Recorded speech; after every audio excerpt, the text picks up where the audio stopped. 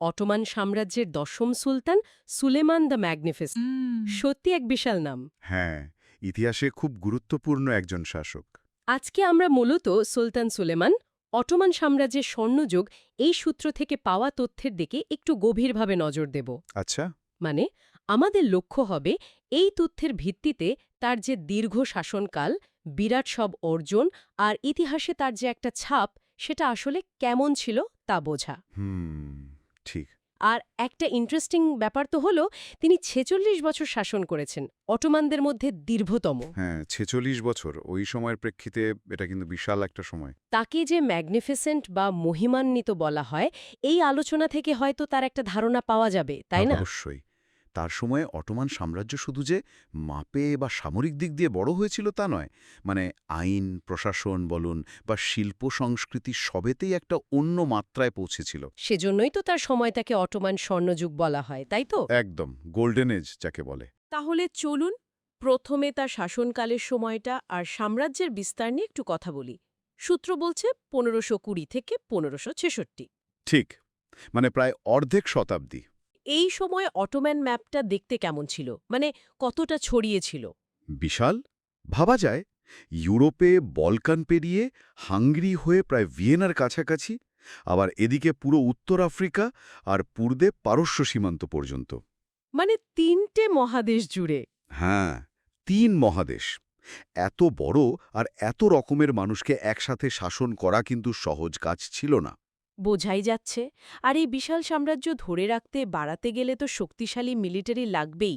সূত্রের তথ্যেও তো তার মিলিটারির কথা আছে। আছে তো, সুলেমান সামরিক দিকটায় ভীষণ জোর দিয়েছিলেন, আর তার নেতৃত্বে বেশ কিছু বড় জয়ও এসছে।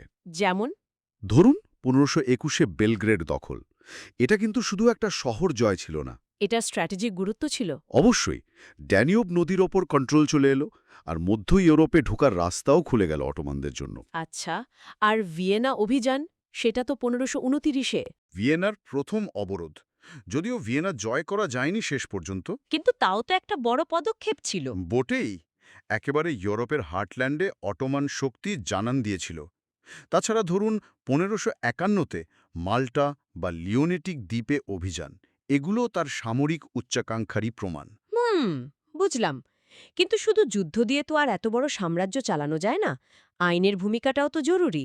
এখানেই কি ওই বিখ্যাত কানুনি সুলেমানির ব্যাপারটা আসে? একদম ঠিক পয়েন্টে এসেছেন। এই কানুনি সুলেমানি, মানে সুলেমানের আইন সংকলন, এটা তার অন্যতম সেরা কাজ বলতে হবে। এটা ঠিক কি করেছিল?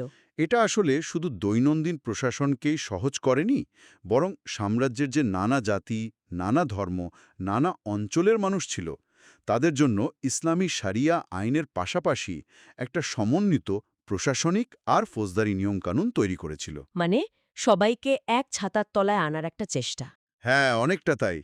এত বৈচিত্র্যময় একটা সাম্রাজ্যকে একসাথে বেঁধে রাখার জন্য এটা খুব দরকারি ছিল, আর এর প্রভাব কিন্তু বহু যুগ ধরে ছিল। একদিকে এত কঠোর আইন, অন্যদিকে আবার শিল্প সংস্কৃতির দিকেও তো তার বেশ ঝোঁক ছিল, তাই না? সূত্র তো তেমনই বলছে। হ্যাঁ, আর এটাই সুলেমানের শাসনের আরেকটা দারুণ দিক। তিনি শুধু শাসক বা যোদ্ধা ছিলেন না, শিল্প, সাহিত্য, স্থাপত্য, জ্ঞান বিজ্ঞানেরও বড় পৃষ্ঠপোষক ছিলেন। ইস্তাম্বুলের চেহারাটাই তো বদলে গিয়েছিল তার সময়। একদম।